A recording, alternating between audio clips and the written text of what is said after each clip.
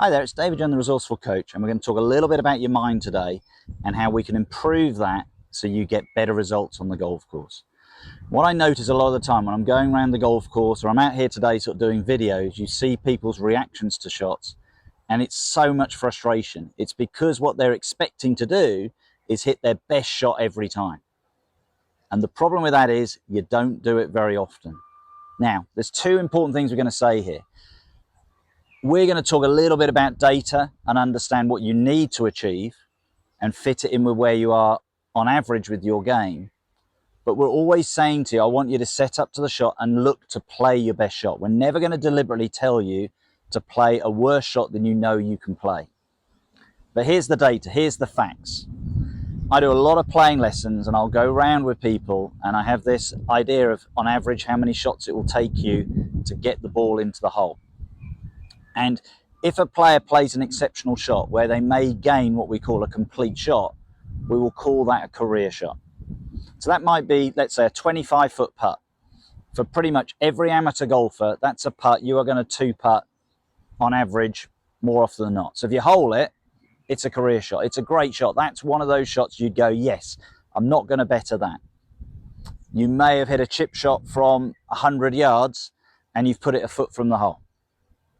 Another shot where on average you're now going to get down in two. Most golfers will be taking well over 3 shots on average to get the ball into the hole.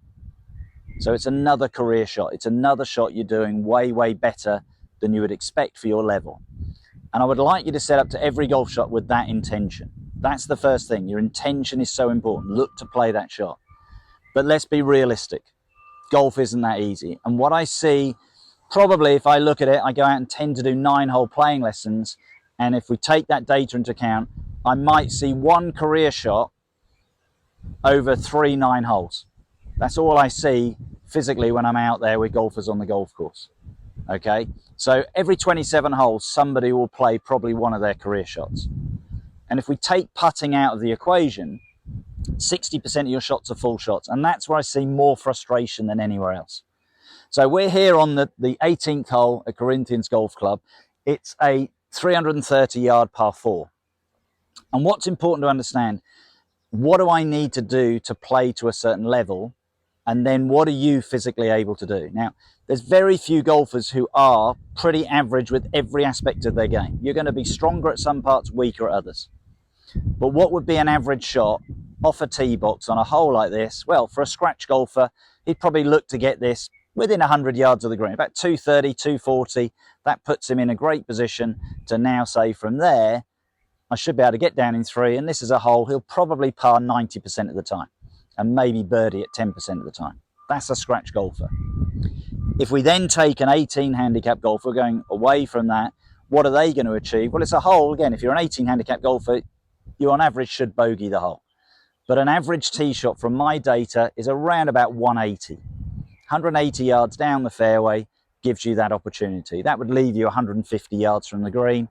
And you probably, because it's a quite short par 4, you might par this 20% of the time, bogey at 80%. So it's a shot, it's a hole where you might gain a little bit over time because it's a shortish par 4. So that's quite important to understand.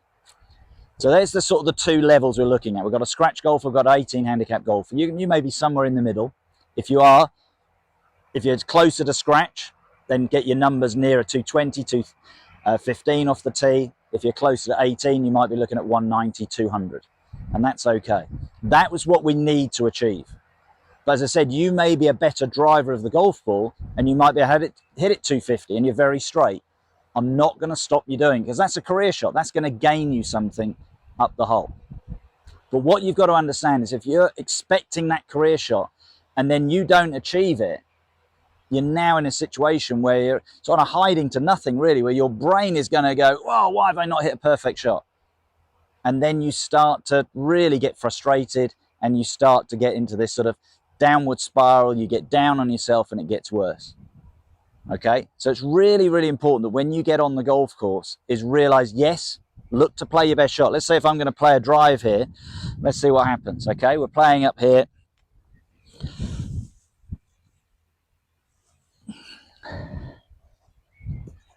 And as I say, I'm looking for around about that 230, 240.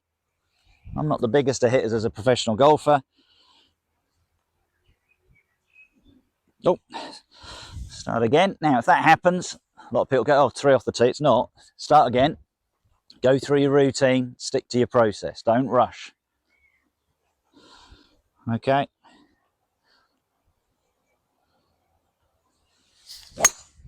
So I've hit it away. It's a lovely strike, but unfortunately, I've landed that on the right edge of the fairway, and this fairway kicks away. So that's very easy now to think, oh, what a dreadful tee shot. I've not put that exactly where I wanted to be. But if you've watched my videos before, we're very much around the idea, well, we just go and find it. We look at what we've got and we play from the situation we've given ourselves. I'll watch the ball land. It hasn't gone into the deep rubbish. I'll have a shot maybe under the tree, around about the distance that I expect, but I'm in a little bit of trouble.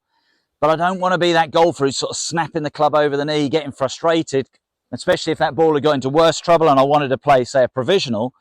You've got to be thinking clear-headed. So what's important is I would go to the next tee shot thinking of the best possible shot I could play, knowing full well, am I going to nail it every time? No. But can I put the ball in play? So I'm keeping that calm state of mind. That's the important thing.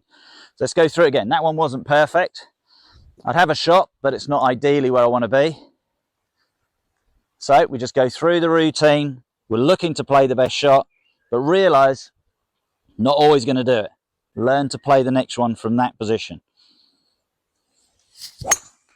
And by doing that, on this occasion, I've hit the shot that I want. I'm straight down the left side of the fairway. The camber of the fairway will bring me into the middle. I'm now exactly where I want to be. Probably not the longest drive, but I'm going to take that all day long. So by not getting annoyed that the first one didn't end up in the perfect position, that perfect shot, that one you go, the career shot, hasn't bothered me. I've stayed calm. I know I can do it again. But that great shot could be your nightmare, because if you're expecting it every time and you don't do it, you're going to go into that downward spiral. You're going to get really annoyed with yourself. And as it continues, it's more luck than judgment if you get a result.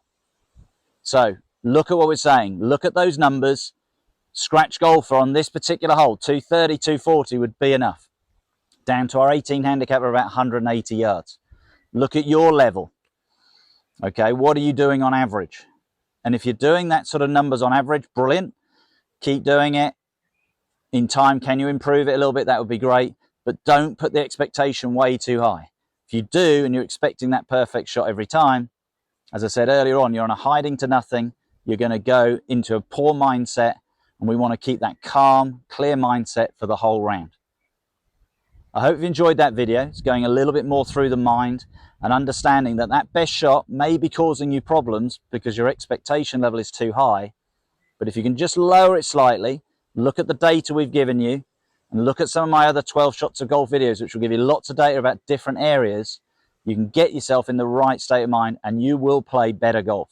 If your mind's in the right place, your golf swing's going to be better. You're going to have a lot more success.